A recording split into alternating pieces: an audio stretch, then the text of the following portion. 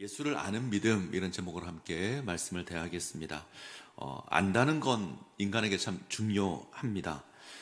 그리스 델포이 아폴로 신전에 가면 그 기둥에 너 자신을 알라라는 경구가 새겨져 있습니다. 너 자신을 알라. 우리는 소크라테스가 이 말을 했다 이렇게 알고 있는데, 사실 이 말을 처음 사용한 사람은 탈레스라고 하는 철학자입니다. 이 말을 이제 소크라테스가 다시 사용을 해서 훨씬 더 많이 유명해졌습니다. 나 자신을 아는 것에서 철학이 시작이 됩니다. 이 소크라테스의 제자가 플라톤이고요. 이 플라톤의 제자가 아리스토텔레스입니다. 아리스토텔레스가 쓴 책 가운데 형 이상학이라는 책이 있는데, 이 책의 시작은 이렇습니다. 인간은 본성적으로 아는 것을 욕망한다. 인간은 본능적으로 아는 것을 추구한다. 인간은 아는 것을 추구하는 존재입니다. 인간은 알고 아는 것을 행합니다. 내가 누군지 알아야 그에 합당한 삶을 살아갈 수 있습니다. 때문에 아는 게 중요합니다. 신앙도 동일할 겁니다. 신앙은 성경을 통해서 우리가 지닌 문제를 아는 겁니다. 성경을 통해서 세상을 알고 성경을 통해서 인생을 압니다. 그러면 우리가 다른 인생을 살아가게 될 겁니다. 성경의 안경을 쓰고 세상을 보면 그 이면에 하나님께서 계신다 우리가 압니다. 눈에 보이는 세상을 창조하신 분이 눈에 보이지 않는 하나님이시다. 그 보이지 않는 하나님께서 세상을 운행하고 계시고 당신의 뜻을 이루어가고 계신다. 우리가 믿음으로 이것을 압니다. 그러면 모르는 사람과 다르게 살 겁니다. 우리가 하나님께서 살아계신다 이것을 알고 하나님께서 세상을 운행하신다 이것을 아는데 세상 사람들과 똑같이 살아간다면 그 문제가 있는 겁니다. 우리는 아는 자로서 다르게 살아야 합니다.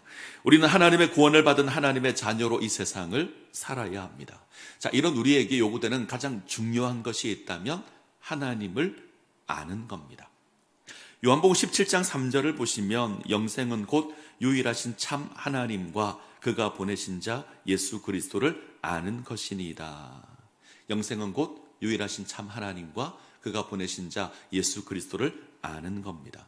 우리가 하나님을 알 때, 예수님을 알 때 영생을 누릴 수 있습니다. 하나님의 생명을 누릴 수 있습니다. 대소요리 문답 제1문 우리가 잘 알죠. 대소요리 문답 제1문은 사람의 제일 되는 목적이 무엇인가 이렇게 묻습니다. 그리고 이 물음에 대한 답이 사람의 제일 되는 목적은 하나님을 영화롭게 하는 것과 그를 영원토록 즐거워하는 것입니다. 이렇게 답을 합니다. 하나님을 영화롭게 하는 것, 그리고 하나님을 영원토록 즐거워하는 것, 이것이 사람의 제일 되는 목적입니다. 자, 이 일을 위해서 하나님을 영화롭게 하기 위해서 영원토록 즐거워하기 위해서 우리에게 요구되는 게 있는데 하나님을 아는 겁니다. 하나님을 알아야 하나님을 영화롭게 할 수 있고 하나님을 알아야 하나님을 영원토록 즐거워할 수 있습니다. 신앙의 본질은 하나님 아는 겁니다. 한번 생각해 보시죠. 하나님을 아십니까? 예수님 아십니까? 2020년 7월 17일에 한 신학자가 하나님의 부름을 받았습니다. 마틴 로이드 존스, 그리고 존 스토트, 그리고 이 세 사람을 20세기 최고의 복음주의 신학자라고 불렀습니다. 이 사람의 이름이 제임스 패커입니다. 그가 하나님의 부름을 받았을 때 그의 나이가 93세였습니다. 패커의 유언이 모든 방법으로 그리스도를 영화롭게 하라. 할 수 있는 모든 방법으로 그리스도를 영화롭게 하라. 이 말을 마치고 하나님의 부름을 받았습니다. 자, 이 패커 박사가 오늘날 기독교를 진단했는데, 오늘날 교회를 진단했는데 어떻게 진단을 했냐면 지혜를 잃어버린 교회, 이렇게 진단했습니다. 오늘날 교회를 보니 지혜를 잃어버린 것 같다. 어떤 지혜일까요? 하나님을 아는 지혜를 잃었습니다. 하나님을 모른다. 오늘날 많은 교회가 있고 많은 예수 믿는 사람들이 있지만 정작 하나님을 알지 못한다. 하나님을 아는 것에 관심이 없더라. 패커는 이것을 안타까워했습니다. 때문에 하나님을 알고 하나님께 기도하고 하나님과 교제하는 걸 그 무엇보다 중요하게 생각했습니다. 이 제임스 패커가 기록한 책이 한 권이 있는데 하나님을 아는 지식, 이런 책이 있습니다. 아주 유명한 책입니다. 하나님을 아는 지식. 자, 페커는 이 책에서 이렇게 고백합니다. 우리가 하나님을 안다고 하지만 정작 하나님을 모를 수 있다. 우리는 하나님을 안다 고백하지만 정작 하나님을 모를 수 있다. 페커는 이 책에서 하나님을 아는 것과 하나님에 관하여 아는 것을 구분합니다. 하나님 아는 것, 하나님에 관해서 아는 것. 하나님에 관해서 아는 건 지식적으로 아는 겁니다. 이 머리로만 아는 겁니다. 실제 삶에 있어서 하나님을 인정하지 않습니다. 지식으로는 하나님을 알지만 그 하나님을 인정하는 삶을 살지 않는 겁니다. 하나님 전능하신 하나님이다.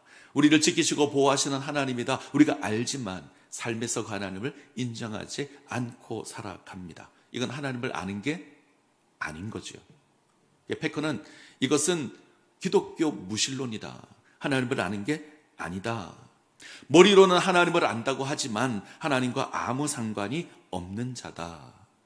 그래서 하나님을 알아야 한다. 페커는 이렇게 고백합니다. 우리가 성경을 보면 하나님을 알라, 이 고백이 참 많이 나오죠. 호세아 선지자가 대표적입니다. 호세아는 힘써 여호와를 알자 고백합니다. 이스라엘이 하나님을 몰라서 이렇게 고백할까요? 이스라엘은 하나님 알죠. 하나님 어떤 하나님인지 잘 압니다. 천지를 창조하신 하나님, 우리를 애굽에서 구원하신 하나님, 약속의 땅으로 인도하신 하나님 압니다. 그런데 하나님 없는 삶을 삽니다. 머리론 하나님을 알지만 실제 삶에서 하나님을 섬기지 않고 경배하지 않습니다. 그래서 그들을 향해서 힘써 여호와를 알자 고백하는 겁니다. 예수님을 따르는 것 역시 동일합니다. 예수를 따르는 제자로 부름을 입었음에도 불구하고 예수를 알지 못한다면 예수를 따르지 못할 겁니다. 예수가 누구신지 알아야 예수를 따를 수 있을 겁니다. 자, 오늘은 이 부분을 함께 살펴보려고 합니다. 오늘 본문의 말씀을 보시면 예수님의 일행이 게네사렛 지역에 도착을 합니다. 예수님의 일행이 도착하자 게네사렛 사람들이 예수님을 알고 예수님께 다 나아옵니다. 예수님의 옷에 손을 대고 다 나음을 입습니다. 이게 오늘 본문의 내용입니다. 굉장히 간단한데 굉장히 중요합니다. 자, 우리가 말씀을 잘 이해하기 위해서 마태복음의 흐름을 좀 이해할 필요가 있습니다. 예수님께서 이 땅에 오셔서 하나님 나라를 선포하십니다. 예수 그리스도의 복음을 선포하시고 하나님 나라를 가르치시고 예수님의 권능을 보이십니다. 그런데 사람들이 환영하지 않습니다. 오랜 시간 메시아를 기다려온 이스라엘인데, 이 유대인들인데 예수님을 환영하지 않습니다. 거부하고 배척합니다. 이들이 기대했던 메시아와 다르기 때문입니다. 감옥에 있던 세례 요한은 사람을 보내서 묻습니다. 오실 그이가 당신입니까? 우리가 다른 사람 기다려야 합니까? 이렇게 묻는 건 자신이 생각한 메시아의 모습이 아니기 때문입니다. 종교 지도자들은 예수님의 가르침과 예수님의 권능을 반대하고 거부합니다. 귀신을 쫓아내었더니 귀신의 왕의 힘을 빌려서 귀신을 쫓아낸다, 이렇게 모욕합니다. 저들이 내리는 결론은 어떻게 하면 예수를 죽일까? 이게 저들의 결론입니다. 예수님께서 여러 도시를 다니며 놀라운 권능을 행하십니다. 근데 예수님 영접하지 않습니다. 회개하지 않습니다. 예수님께서 고향 나사렛에 가셔서 가르치시는데 저들은 이는 그 목수의 아들이 아니냐, 이렇게 고백하면서 예수를 거부합니다. 배척하죠. 마태복음 14장을 가면 헤롯이 예수님께 관심을 가지는 것으로 시작을 합니다. 헤롯은 예수님에 대해서 죽은 세례 요한이 다시 살아났다. 이후 예수님께서 광야에서 많은 무리를 먹이는 놀라운 이적을 행합니다. 오병이어의 이적입니다. 떡 5개와 보리떡 2개로, 떡 5개와 물고기 2마리로 5,000명을 먹입니다. 그 숫자를 다 헤아린다면 훨씬 더 많은 숫자가 될 겁니다. 이 이적으로 사람들이 놀라워하고 흥분합니다. 요한복음을 좀 참고하면 사람들이 예수님을 왕으로 삼으려고 합니다. 예수님을 몰라서 그런 겁니다. 예수님께서 오병이어의 이적을 통해서 당신이 인생을 구원하시는 생명의 양식으로 오셨다 선포하십니다. 지난날 하나님께서 이스라엘을 광야에서 먹이신 것처럼, 그것으로 이스라엘을 구원하신 것처럼 예수님께서 신이 생명의 떡이 되셨다, 이것을 선포하십니다. 이제 예수님께서 십자가를 지시고 죽으실 겁니다.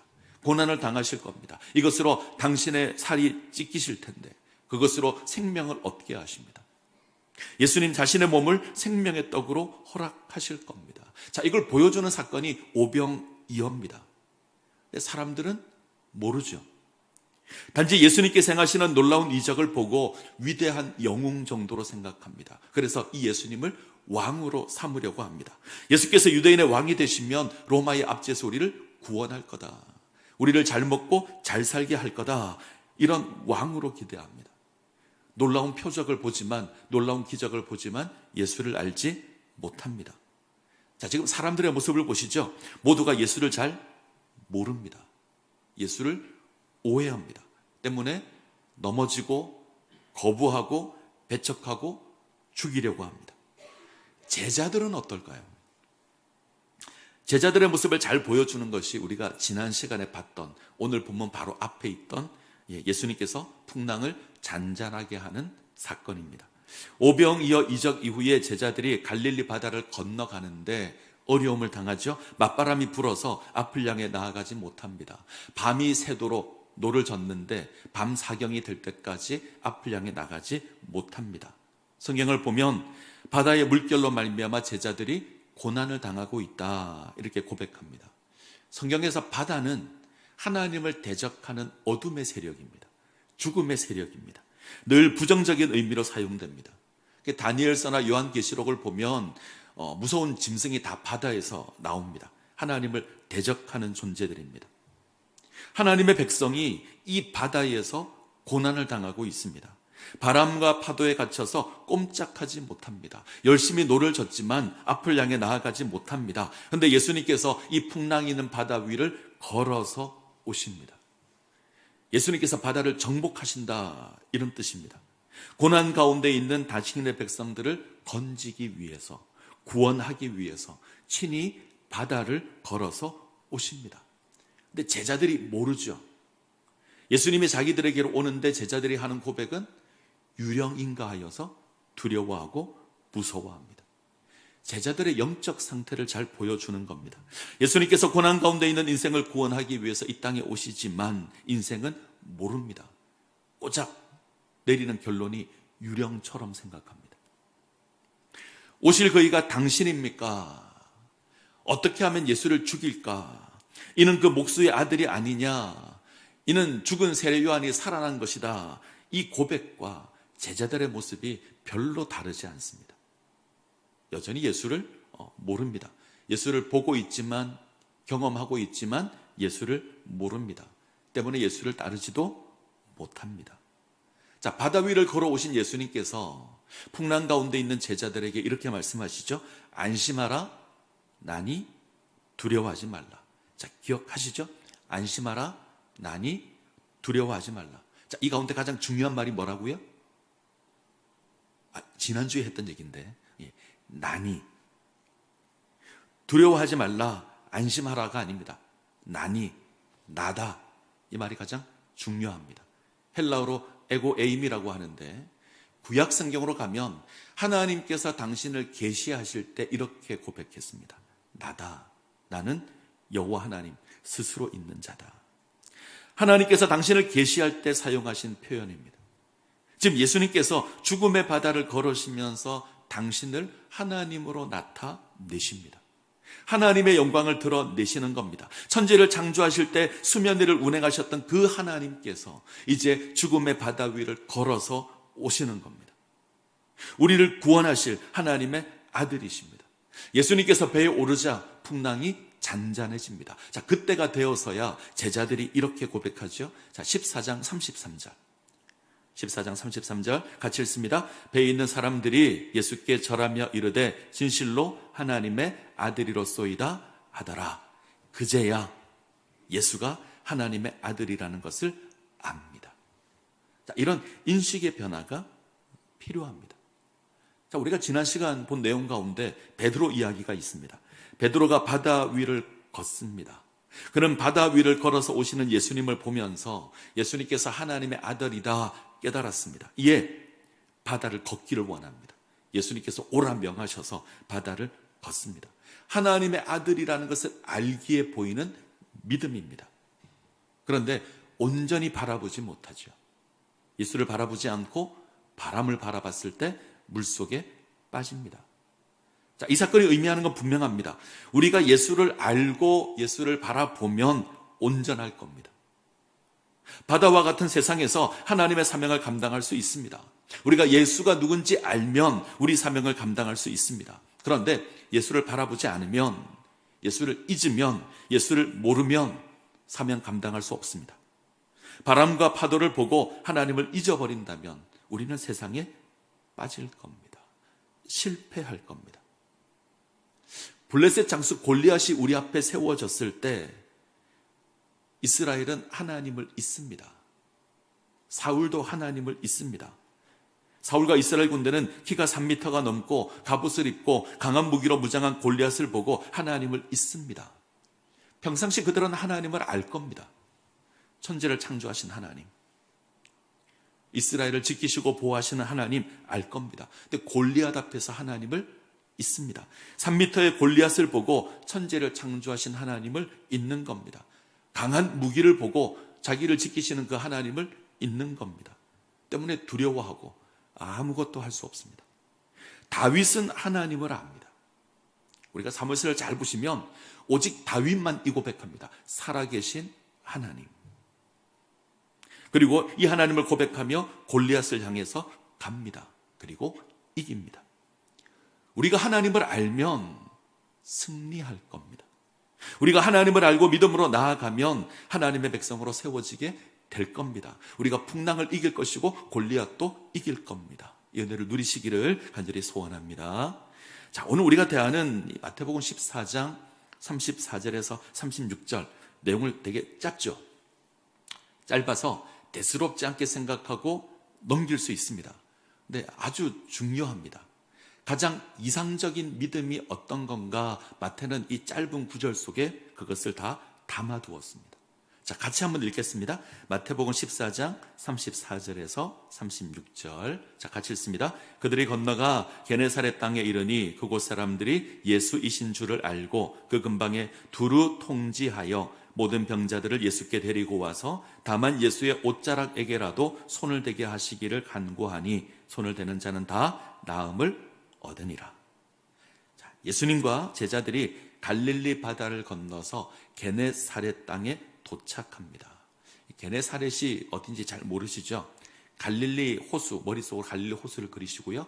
예, 북서쪽에 있는 땅이 게네사렛입니다. 이 게네사렛 위로 올라가면 두로와 시돈이 나옵니다. 자, 예수님이 일행이 게네사렛에 도착하자 그곳의 사람들이 예수님이라는 것을 압니다. 예수라는 것을 알고 예수를 찾아옵니다. 예수님을 확인한 사람들이 게네사렛 전 지역 사람들에게 통지합니다.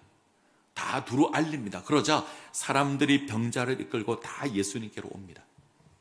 예수님을 만나기 위해서 나온 사람들이 예수님의 옷자락에 손이라도 대기를 간구하고 예수님의 옷자락에 손을 댄 모든 사람이 나음을 입었습니다. 이게 본문의 내용입니다. 데일 브루너라는 학자가 있는데 이 학자는 이 본문을 보면서 이 짧은 구절에 5가지 놀라운 사실이 있다 이렇게 고백합니다. 첫 번째, 게네사렛 사람들이 예수님 오신 것을 알았다. 예수님이라는 것을 알았다. 두 번째, 예수님에 대해서 사방에 알렸다. 세 번째, 모든 병자를 데리고 왔다. 네 번째, 사람들이 옷자락에 손대기를 간구했다. 다섯 번째, 손을 대는 모든 자가 나음을 입었다. 예수님께서 오신 것을 압니다. 예수를 압니다. 예수님의 소식을 전파합니다. 사람들을 데리고 오고요. 고침받기를 원합니다. 그리고 나음을 입었습니다. 자, 이 내용은 우리가 아는 신앙 아닙니까? 예수를 알고 전도하고 사람을 데리고 오고 고침받기를 원하고 구원을 받고 우리가 아는 신앙의 내용이 이 속에 다 있습니다. 우리는 예수라는 것을 알고 예수님께서 우리를 찾아오셨고 우리는 그 예수를 알고 예수께 나아가면 나음을 입을 겁니다. 아주 단순한 내용인데 이 당연한 모습이 주목을 받는 건 지금 우리가 살펴봤던 유대인과 다르기 때문입니다. 유대인들의 모습과 이들의 모습이 다릅니다. 유대인들은 예수님을 환영하지 않았습니다. 배척하고 배신하고 예수님의 가르치고 놀라운 권능을 행하시지만 이들은 예수를 찾지 않았습니다. 결국 예수는 점점 그 자리를 떠나고 계십니다. 게네사렛 사람들의 모습은 제자들과도 다릅니다. 제자들은 예수님과 함께 하면서 예수를 경험하고 있지만 예수를 제대로 모릅니다. 자, 무엇이 다를까? 무엇이 이 사람들로 하여금 특별한 행동을 하게 했을까? 가장 중요한 건 이들이 예수를 안다는 겁니다. 이들이 예수를 압니다. 예수님께서 자신을 구원할 메시아라는 것을 압니다. 알기에 특별한 행동을 합니다. 예수님을 알기에 사방에 통지하고 예수님이 왔다는 것을 알립니다. 예수를 알기에 사람들이 몰려들고 예수를 알기에 옷자락에 손대기를 간구하고 예수를 알기에 나음을 입습니다. 옷가에 손을 대면 나음을 입었다. 어디서 본 적이 있죠? 예수님의 옷자락에 손을 대고 나은 사람이 또 있습니다. 누구죠? 12회 혈루증을 앓았던 여인. 자신의 병을 고치기 위해서 온갖 일을 다 해보았는데 나음을 얻지 못하고 가진 모든 것을 탕진했던 여인. 이 여인이 예수께 나와서 예수님의 옷에 손만 대어도 낫겠다는 믿음으로 구원을 받았습니다. 절대적인 신뢰입니다. 자신이 알고 있는 그 예수님에 대한 절대적인 신뢰입니다. 예수를 알고 예수를 믿음으로 나음을 입었습니다. 지금 게네사렛 사람들이 그렇게 행동하고 있습니다. 예수님께 나온 사람들이 예수님의 옷자락에 손을 댑니다. 옷자락에 손을 댄 모든 사람이 다 나았습니다. 자, 조금 자세하게 한번 보죠. 옷자락에 해당하는 헬라어가 카라스테돈이라고 하는 단어인데 정확하게 하면 이 옷자락이 아니고요. 옷에 달려있는 옷술입니다.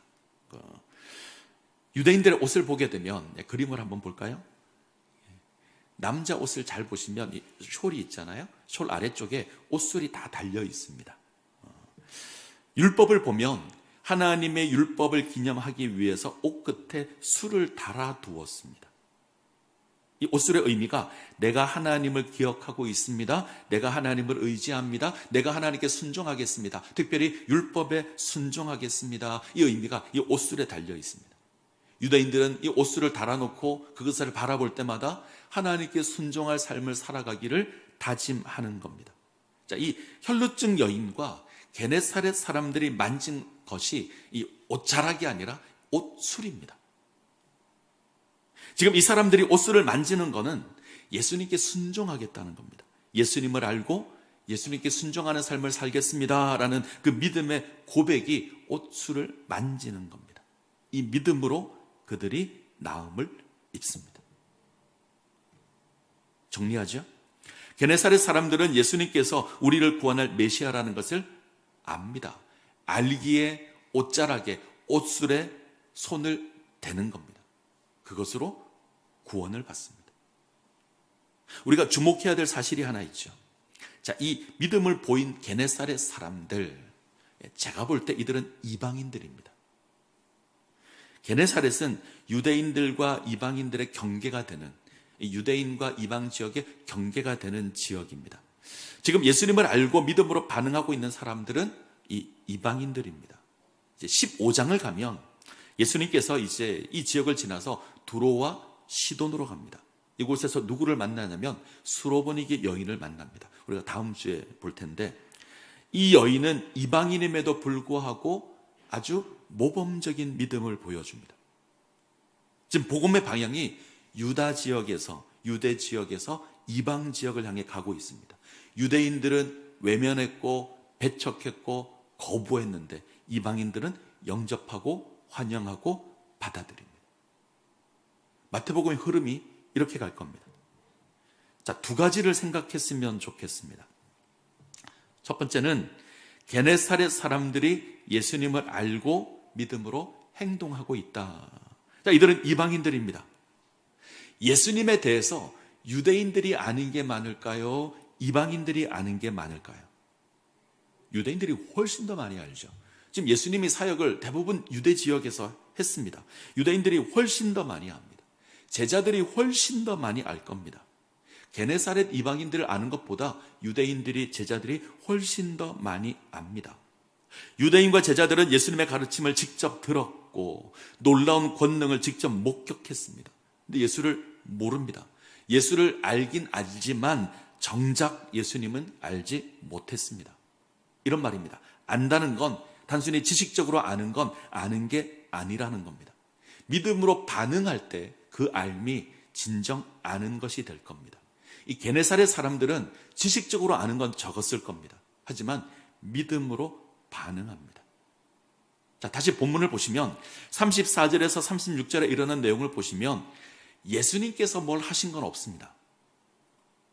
예수님께서 게네사렛에서 사람들을 가르치시지도 않았고 특별한 이적을 베풀지도 않았습니다. 오병이어의 이적을 베푼 적도 없습니다. 그런데 사람들이 알고 왔습니다. 근방에 예수님 오셨다는 것을 전합니다. 사방에서 예수님께 나아왔고 옷자락이라도 만질 수 있도록 간구했고 만져서 병나음을 받았습니다. 유대인들과는 전혀 다른 모습을 이들이 보이고 있습니다. 지금 마태복음을 기록한 마태는 하나님의 백성이라는 유대인들이, 자칭 하나님의 백성이라는 유대인들이 예수를 거역하고 있고, 유대인들의 입장에서 볼 때에 하나님의 백성이 아니라는 이방인들이 예수님을 믿고 있다. 이거 대조하는 겁니다. 이 대조는 15장에 가면 더욱더 선명합니다. 정결의 문제가 발생을 하는데 바리새인이나 서기관이 예수님을 찾아와서 정결 문제로 예수님을 고소합니다. 저들은 율법을 가지고 있지만 도리어 하나님을 거역하고 있습니다. 예수와 상관없는 자로 등장합니다. 뒤이어 등장하는 사람이 앞서 말씀드렸던 수로보니게 여인입니다. 유대인들의 입장에서 보게 되면 하나님 나라와 전혀 상관없는 이방인, 정결하지 못한 가나안 여인. 근데 이 여인이 하나님의 은혜를 입습니다. 그 다음 장면을 가면 예수님께서 칠병이어의 이적을 베푸십니다. 오병이어가 유대인들을 향한 이적이라면 칠병이어는 이방인을 향한 이적입니다. 하나님의 구원의 은혜가 이제는 유대인들을 넘어서 이방인에게로 가고 있습니다. 이것을 통해서 성경이 의미하는 건 많이 안다고 이야기하는 유대인은 정작 예수를 모르고 반대로 예수를 잘 모를 것 같은 이방인들이 예수를 압니다. 이것으로 하나님 나라를 누립니다. 자, 많은 지식이 중요한 게 아닙니다. 아는 것에 믿음으로 반응하는 것이 중요합니다. 이것이 우리가 확인해야 될 첫 번째 교훈이고요. 자, 두 번째 교훈은 예수님의 권능입니다. 오늘 말씀에서 마태가 특별히 강조하는 것이 이것입니다. 자, 게네사렛 사람들이 예수님께로 나아옵니다. 이들이 다 나음을 입는데 나음을 입는 방법은 예수님의 옷자락에 손을 대는 겁니다. 예수님의 옷자락에 손만 대면, 예수님의 옷술에 손만 대면 나았습니다. 자, 특별한 행동을 한 게 아니죠. 대단한 행동을 한 것이 아닙니다. 예수가 누군지 알고 그 앞에 나와서 옷자락에 손만 대면 나았습니다. 마치 불뱀의 재앙을 받았던 이스라엘이 놋뱀을 바라보기만 하면 나음을 입었던 것처럼 예수님께 나아오기만 하면 나음을 입었습니다. 자, 이것을 보고 구원이 쉽다 이렇게 생각하시면 안 됩니다. 오늘 말씀이 하고 싶은 건 예수님의 권능이 놀랍다라는 겁니다. 예수님의 권능이 대단하다. 예수를 알고 예수를 인정하면 이 놀라운 예수님의 권능을 누릴 수 있다는 겁니다. 구원의 방법이 쉽다는 이야기를 하는 게 아닙니다.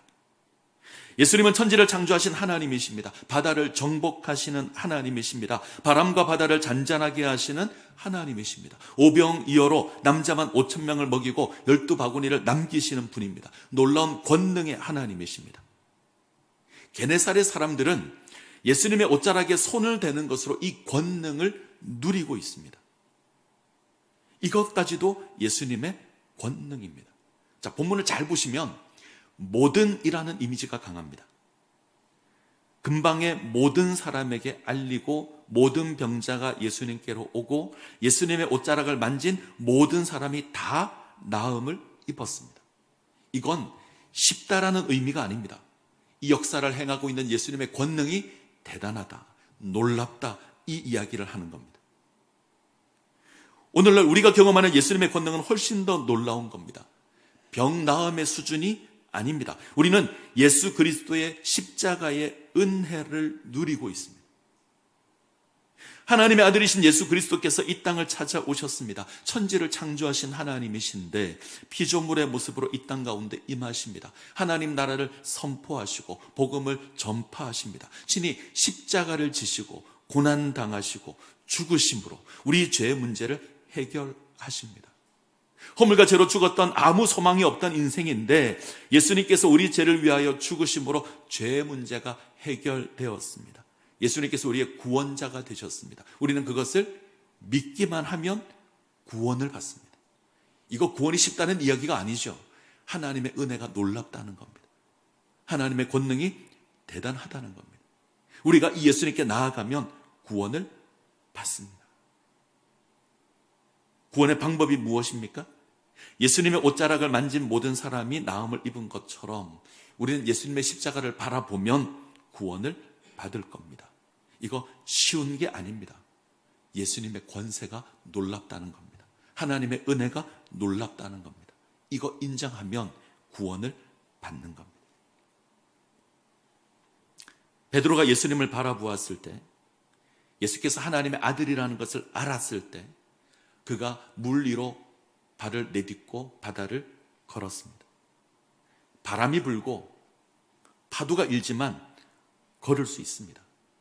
근데 예수를 잊어버리면, 예수를 바라보지 못하고 바람을 바라보면 물에 빠질 겁니다. 이것을 기억하시길 바랍니다. 우리가 예수님을 알고 예수를 바라본다면 예수님의 권세를 누릴 겁니다. 옷자락만 만져도 나을 겁니다. 우리가 예수를 알고 예수를 바라볼 때 그 권세가 우리를 구원할 겁니다. 그러나 우리가 예수를 알지 못하고 예수를 잊어버리고 예수를 바라보지 못한다면 우리는 하나님과 상관없는 존재로 세워지게 될 겁니다. 이 예수님을 알기를 소원합니다. 예수님을 아십시오. 그리고 믿음으로 반응하십시오. 그러면 하나님의 놀라운 은혜를 경험하게 될 겁니다. 이 은혜를 누리시기를 간절히 소원합니다.